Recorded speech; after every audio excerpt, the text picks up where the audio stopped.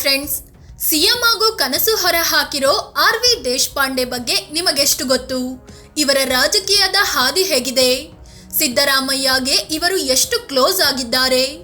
100 ಕೋಟಿ ಆಸ್ತಿ ಇದ್ರೂ ಕಾರು ಇಲ್ವಾ? ಹೆಂಡತಿ ಹೆಸರಲ್ಲಿ ಎಷ್ಟು ಕೆಜಿ ಚಿನ್ನ ಇದೆ ಗೊತ್ತಾ? ಎಲ್ಲವನ್ನೂ ಈ ವಿಡಿಯೋದಲ್ಲಿ ಹೇಳ್ತೀವಿ. ಅದಕ್ಕೂ ಮುನ್ನ ನೀವಿನ್ನೂ ನಮ್ಮ ಚಾನಲ್ಗೆ ಸಬ್ಸ್ಕ್ರೈಬ್ ಆಗಿಲ್ಲ ಅಂದ್ರೆ ಈ ಕೂಡಲೇ ಆಗಿ ಪಕ್ಕದ ಗಂಟೆ ಗುರುತಿನ ಮೇಲೆ ಕ್ಲಿಕ್ ಮಾಡಿ. ಸ್ವಾತಂತ್ರ್ಯಕ್ಕೂ ಮುನ್ನ ದೇಶಪಾಂಡೆ ಜನನ.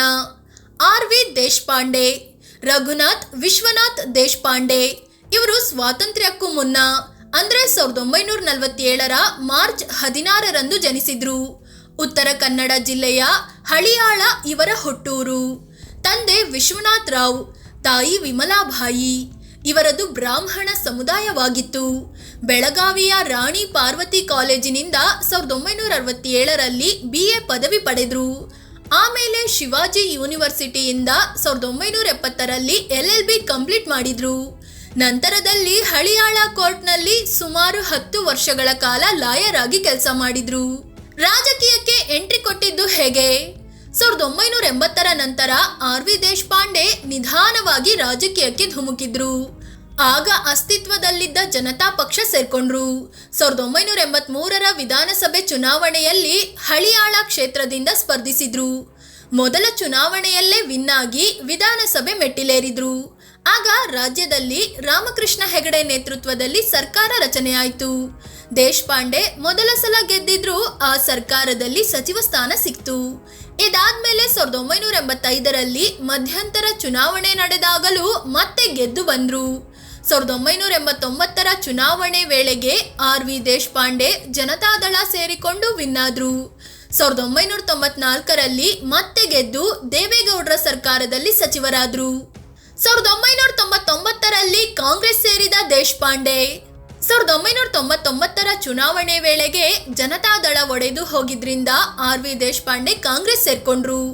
ಮತ್ತೆ ಹಳಿಯಾಳದಿಂದ ಗೆದ್ದು SM ಕೃಷ್ಣ ಸರ್ಕಾರದಲ್ಲಿ ಸಚಿವರಾದ್ರು. 2004ರಲ್ಲಿ ಮತ್ತದೇ ಕ್ಷೇತ್ರದಲ್ಲಿ ವಿನ್ ಆಗಿ ಧರಮ್ ಸಿಂಗ್ ಸರ್ಕಾರದಲ್ಲಿ ಸಚಿವ ಸ್ಥಾನ ಅಲಂಕರಿಸಿದ್ರು. ಆದ್ರೆ 2008ರಲ್ಲಿ ಮೊದಲ ಬಾರಿಗೆ ಸೋಲಿನ ರುಚಿ ನೋಡಿದ್ರು. 2013ರಲ್ಲಿ ಮತ್ತೆ ಗೆದ್ದು ಸಿದ್ದರಾಮಯ್ಯ ಸರ್ಕಾರದಲ್ಲಿ, 2018ರಲ್ಲಿ ಗೆದ್ದಾಗ ಕುಮಾರಸ್ವಾಮಿ ಸರ್ಕಾರದಲ್ಲಿ ಸಚಿವರಾದ್ರು. 2023ರಲ್ಲಿ ಮತ್ತೆ ಅದೇ ಕ್ಷೇತ್ರದಲ್ಲಿ ಗೆದ್ದ ದೇಶಪಾಂಡೆ ಇದು ಕೊನೆ ಚುನಾವಣೆ ಅಂತ ಹೇಳ್ಕೊಂಡಿದ್ರು. ಒಟ್ನಲ್ಲಿ ಆರ್.ವಿ. ದೇಶಪಾಂಡೆ 10 ಸಲ ವಿಧಾನಸಭೆ ಚುನಾವಣೆಗೆ ಸ್ಪರ್ಧಿಸಿದ್ದು ಅದರಲ್ಲಿ 9 ಸಲ ಗೆದ್ದು ದಾಖಲೆ ಬರೆದಿದ್ದಾರೆ. ಜೊತೆಗೆ ಬರೋಬ್ಬರಿ 6 ಸರ್ಕಾರಗಳಲ್ಲಿ ಸಚಿವರಾಗಿ ಕೆಲಸ ಮಾಡಿದ ಅನುಭವ ಹೊಂದಿದ್ದಾರೆ. ಕಾಂಗ್ರೆಸ್ನ ಅಜಾತ ಶತ್ರು ಎಂದೇ ಫೇಮಸ್. ಆರ್.ವಿ. ದೇಶಪಾಂಡೆ ಕಾಂಗ್ರೆಸ್ನ ಅಜಾತ ಶತ್ರು ಅಂತಲೇ ಫೇಮಸ್ ಆಗಿದ್ದಾರೆ. ರಾಜಕೀಯದಲ್ಲಿ ಬೇರೆ ಪಕ್ಷದವರೊಂದಿಗೂ ಒಳ್ಳೆಯ ರೀತಿಯಲ್ಲಿ ನಡೆದುಕೊಳ್ತಾ ಬಂದಿದ್ದಾರೆ. ಇವರು ಸ್ಪರ್ಧಿಸೋ ಹಳಿಯಾಳ ಕ್ಷೇತ್ರದಲ್ಲಿ ಮರಾಠ ಸಮುದಾಯದವರು ದೊಡ್ಡ ಸಂಖ್ಯೆಯಲ್ಲಿದ್ದಾರೆ. ಬ್ರಾಹ್ಮಣ ಸಮುದಾಯದ ಮತದಾರರ ಸಂಖ್ಯೆ ತುಂಬಾ ಕಡಿಮೆ ಇದೆ. ಆದ್ರೂ ಬ್ರಾಹ್ಮಣ ಸಮುದಾಯಕ್ಕೆ ಸೇರಿದ ಆರ್.ವಿ. ದೇಶಪಾಂಡೆ ಇಲ್ಲಿ 9 ಸಲ ವಿನ್ ಆಗಿದ್ದಾರೆ. ಎದುರಾಳಿಯಾಗಿ ಮರಾಠ ಸಮುದಾಯದ ನಾಯಕರು ಕಣಕ್ಕೆ ಇಳಿದರೂ ದೇಶಪಾಂಡೆ ಮುಂದೆ ಸೋಲು ಕಂಡಿದ್ದಾರೆ. 77ನೇ ವಯಸ್ಸಿಗೆ ಸಿಎಂ ಆಗೋ ಕನಸು. ಸಿದ್ದರಾಮಯ್ಯಗೆ ಈಗ 76 ವರ್ಷ ವಯಸ್ಸಾಗಿದೆ. ಇವರಿಗಿಂತಲೂ ಆರ್.ವಿ. ದೇಶಪಾಂಡೆ 1 ವರ್ಷ ದೊಡ್ಡವರು. 1983ರಲ್ಲಿ ಇಬ್ಬರು ಮೊದಲ ಬಾರಿಗೆ ವಿಧಾನಸಭೆ ಪ್ರವೇಶಿಸಿದ್ರು. ಇಬ್ಬರು ರಾಮಕೃಷ್ಣ ಹೆಗಡೆ ಸರ್ಕಾರದಲ್ಲಿ ಒಟ್ಟಿಗೆ ಮಂತ್ರಿಯಾಗಿದ್ರು. ಇದಾದ್ಮೇಲೆ 1999ರಲ್ಲಿ ಜನತಾದಳ ವಿಭಜನೆಯಾಗೋವರೆಗೆ ಇಬ್ಬರು ಜೊತೆಯಲ್ಲೇ ಕೆಲಸ ಕೂಡ ಮಾಡಿದ್ರು. ನಂತರ ಆರ್.ವಿ. ದೇಶಪಾಂಡೆ ಕಾಂಗ್ರೆಸ್ ಸೇರಿದ್ರೆ ಸಿದ್ದರಾಮಯ್ಯ JDS ಸೇರಿದ್ರು. ಇದಾಗಿ 7-8 ವರ್ಷಗಳ ಬಳಿಕ ಸಿದ್ದರಾಮಯ್ಯ ಕೂಡ ಕಾಂಗ್ರೆಸ್ ಸೇರಿದ್ರು. ಆಗ ಮತ್ತೆ ಸಿದ್ದರಾಮಯ್ಯ ಮತ್ತು ದೇಶಪಾಂಡೆ ಜೊತೆಯಾದ್ರು. ಕ್ಲೋಸ್ನೆಸ್ ಮತ್ತಷ್ಟು ಗಟ್ಟಿ ಆಯ್ತು.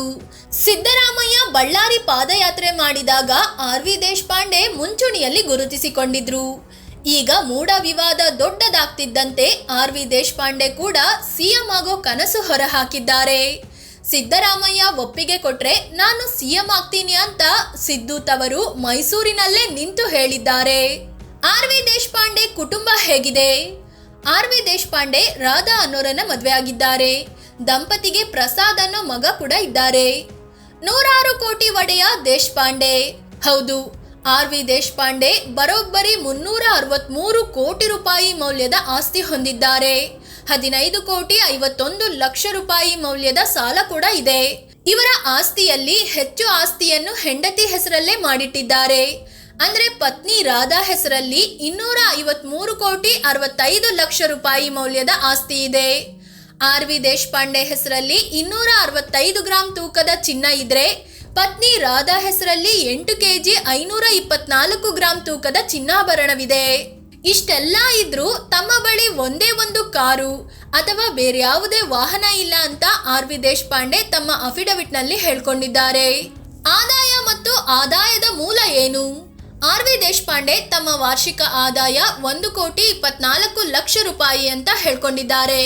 ಅದೇ ರೀತಿ ಇವರು ಆದಾಯದ ಮೂಲ ಸಂಬಳ, ಇನ್ವೆಸ್ಟ್ಮೆಂಟ್ ಮತ್ತು ಬಾಡಿಗೆ ಅಂತ ಮಾಹಿತಿ ನೀಡಿದ್ದಾರೆ. ಇನ್ನು ಪತ್ನಿ ರಾಧಾ ವಾರ್ಷಿಕ ಆದಾಯ 3 ಕೋಟಿ 44 ಲಕ್ಷ ರೂಪಾಯಿಯಷ್ಟಿದೆ. ಹಾಗೆ ಬಾಡಿಗೆ ದುಡ್ಡು ಮತ್ತು ಇನ್ವೆಸ್ಟ್ಮೆಂಟ್ ಇವರ ಆದಾಯದ ಮೂಲವಾಗಿದೆ. ಫ್ರೆಂಡ್ಸ್, ಇದು 9 ಸಲ ಶಾಸಕರಾದ ಬಳಿಕ ಸಿಎಂ ಆಗೋ ಕನಸು ಹೊರ ಹಾಕಿರೋ ಆರ್.ವಿ. ದೇಶಪಾಂಡೆ ಜೀವನದ ಬಗ್ಗೆ ತಿಳಿಸಿಕೊಡುವ ಪ್ರಯತ್ನ. ಇವರ ಬಗ್ಗೆ ನಿಮಗೇನ್ ಅನ್ಸುತ್ತೆ? ಇವರು ಸಿಎಂ ಆಗ್ಬೇಕಾ ಅಥವಾ ಡಿ.ಕೆ. ಶಿವಕುಮಾರ್ ಸಿಎಂ ಆಗ್ಬೇಕಾ ಅಥವಾ ಸಿದ್ದರಾಮಯ್ಯ ಅವರೇ ಸಿಎಂ ಆಗಿ ಮುಂದುವರಿಬೇಕಾ? ಕಾಮೆಂಟ್ ಮಾಡಿ ನಿಮ್ಮ ಅಭಿಪ್ರಾಯ ಹೇಳಿ. ಅದೇ ರೀತಿ ನೀವಿನ್ನೂ ನಮ್ಮ ಚಾನಲ್ಗೆ ಸಬ್ಸ್ಕ್ರೈಬ್ ಆಗಿಲ್ಲ ಅಂದ್ರೆ ಈ ಕೂಡಲೇ ಆಗಿ ಪಕ್ಕದ ಗಂಟೆ ಗುರುತಿನ ಮೇಲೆ ಕ್ಲಿಕ್ ಮಾಡಿ. ಧನ್ಯವಾದ.